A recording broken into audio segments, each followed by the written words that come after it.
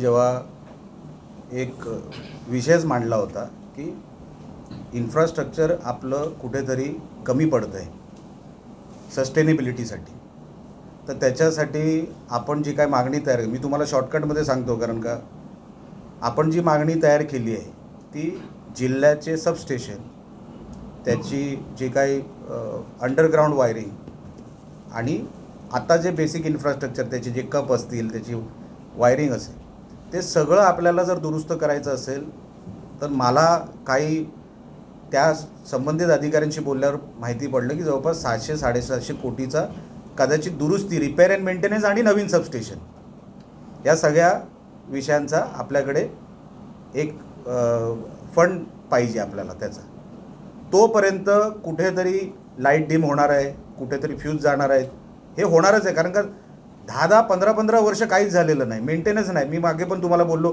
एक सबस्टेशनमधला बॉक्स उघडला, त्याच्यामध्ये मेलेला साप बाहेर पडला. म्हणजे विचार करा, आपण परिस्थिती गंभीर आहे.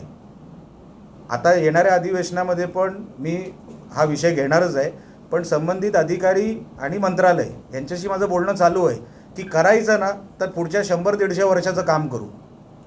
फक्त दुरुस्तीचं काम आपल्याला करायचं नाही. ते अनेक वर्षांपासून तेच फिरवत आहेत. कनिष्ठ अधिकाऱ्यांना माहीत नसतं नेमकं कुठला डबा उघडायचा आहे, नेमकं कुठलं सबस्टेशन कमी पडतं आहे. त्यांची पण चूक नाही. इतक्या वर्षापासून ते थूकपट्टीचंच काम चालू आहे त्या विभागामध्ये. आता नवीन करण्यासाठी त्याच्यामध्ये अधिकाऱ्यांची चूक मी 100% समजत नाही. आपल्याला पण खतपाणी घालावं लागेल, त्याच्यामध्ये नवीन इन्फ्रास्ट्रक्चर उभं करावं लागेल. त्याच्यासाठी प्रस्ताव तयार आहेत. येणाऱ्या अधिवेशनामध्ये आणि मंत्रालय स्तरावर ज्या बैठका होतील तो फंड येणं जो काय गरजेचं आहे, मी असेल, नितेश पालकमंत्री असतील आणि खासदार साहेब असतील, राणे साहेब, आम्ही सगळे मिळून तो फंड इकडे आणण्यासाठी आम्ही प्रयत्न करतो आहे.